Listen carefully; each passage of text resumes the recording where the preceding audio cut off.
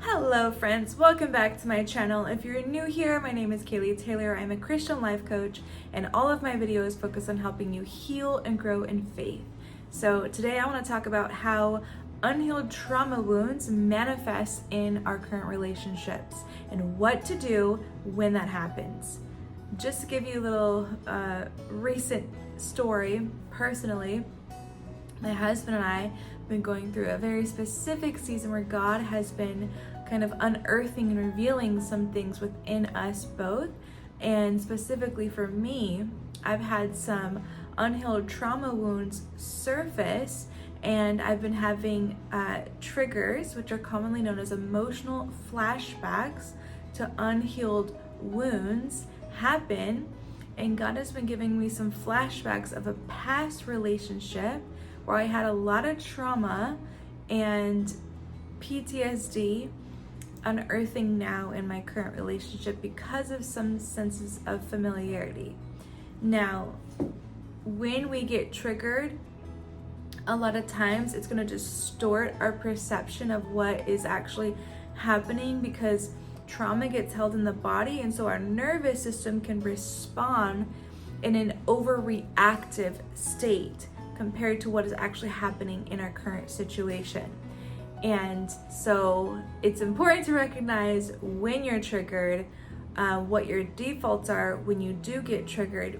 So our triggered states, if you get triggered in a relationship and say, I'm just going to make something up hypothetically, say somebody says something to you in a relationship that someone in your past used to tell you who used to hurt you or abuse you or harm you. And even though that person in front of you hasn't done any of those things, the familiarity of those words are kind of triggering something in your nervous system. It's showing you some unhealed wounds there. And then in that triggered state, you might go into fight response where you want to fight them back for saying something that is kind of unearthing something inside of you from your past, but maybe you're not aware that it's actually tied to your past. So you may want to fight the person in front of you, or flight. You may feel like you want to exit the relationship and run as far away from that person as possible. You may feel frozen and have a freeze response, frozen in your body where you can't really move, or you may start fawning. You may feel fawning. We don't typically talk about this one as much as the other states, but fawning is where it's a form of codependency. You can't be well until you get that other person to be better. So in this specific scenario, it may or may not show up if a person says something to you. In some other circumstances, fawning would make more sense. So I'm gonna shelf that one for now. But say someone says something to you and it triggers you because you might have a memory surface in that time. Think, that's always what my mom said to me. That's always what my dad said to me. That's always what my ex-boyfriend says to me. Or maybe you won't even realize that this is something that's from your past that's unearthing, and you may just go off the handle on the person in front of you without realizing that you're having an overreactive response for your current situation. So what I think is very important for you to do is to first recognize, are you triggered? Where is this trigger? What's it reminding you of? This is reminding me, and first of all, if you do get in a triggered state, a lot of times it's kind of hard in that moment to identify these steps I'm going to give to you right now, because your amygdala can get hijacked. So it's going to be harder for you to process information and get into a place of more logic and understanding of what's really happening in the present moment. So the first thing I'd recommend is, if you have a situation, you get triggered in a relationship and there's some unhealed trauma wound surfacing, slow down, take several deep breaths. If you need to, go for a walk outside, pray to God, get in nature, maybe put a worship song on, maybe call a friend, just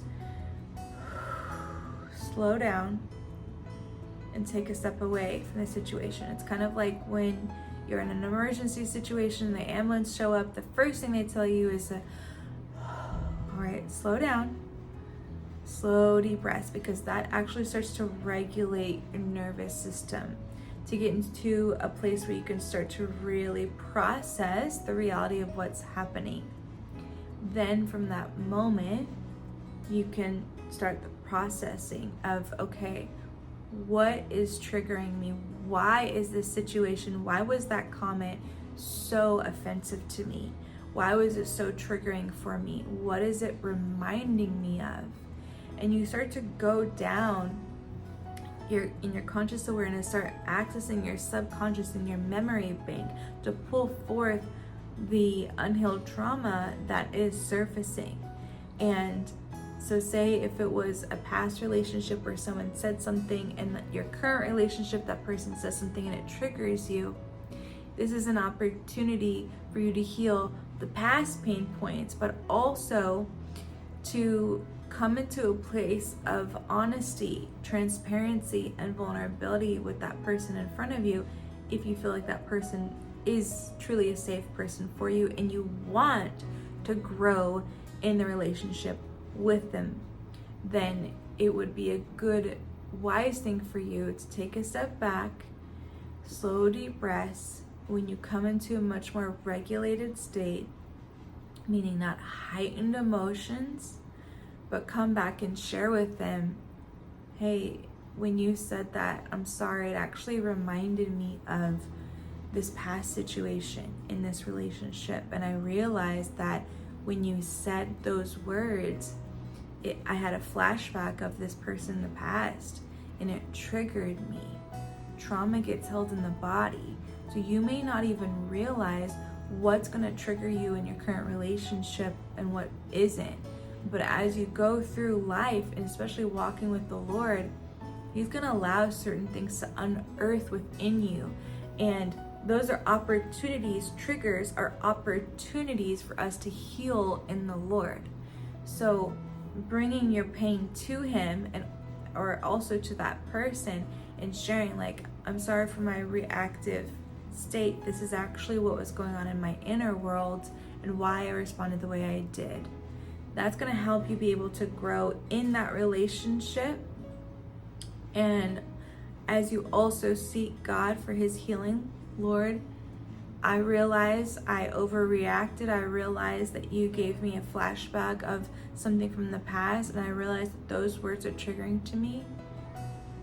They hurt me because I feel this way, because opening up in transparency with the Lord and sharing where your heart is, why that hurt, and allowing that pain to just be touched right there and get some love and comfort in, is a massive way that you're going to find healing. You can also do that by reaching out to another friend or counselor or therapist. You can reach out to myself. I'm a certified Christian life coach, trauma-informed, spirit-led, and I can help you process through the pain point that arises there. We don't always know the trauma that's stuck in our bodies until something triggers it. And a lot of times when we do have our triggers, we want to run from the pain, avoid it, dismiss it, and what can happen is we can actually build up seeds of resentment, seeds of bitterness, seeds of unforgiveness towards the person in front of us in that relationship with us, and that can build up a wall. But as long as we're being open and honest and transparent, then it's going to give room for love to grow and the Holy Spirit to move between both of you. Now, when you do choose to share with the person you're in the relationship with, you may not always get the response you want back. A lot of times what happens is if one person gets triggered, you can trigger the other person as well. So you can have two people in triggered states. So that's why it's important to go to God in prayer and ask Him to help reconcile. He's given us the ministry of reconciliation, so He will lead and guide in that space. And just remember, whatever you do, if you do want to reconcile with that person, Make sure that your nerves are calmed before you go. And let love come into that place. So I hope that helps. I pray that encourages you, because the reality is we're all going to get triggered from time to time. We're all a work in progress, and we're all on a journey where grace is at work within us. So give yourself grace now and just be gentle with yourself. The healing journey isn't always easy, but take the triggers as an invitation to heal in the Lord, and as an opportunity for you and the person you're in a relationship with to grow in love, grow in understanding of one another, and to grow in unity as you continue to keep your heart open in transparency, honesty, and vulnerability. That's where love can grow. I love you guys. Have a blessed rest of your day, and reach out if you have any questions, or if you are in need of coaching and just having some counseling to help process through your pain points that are arising. Reach out. I'd be happy to help.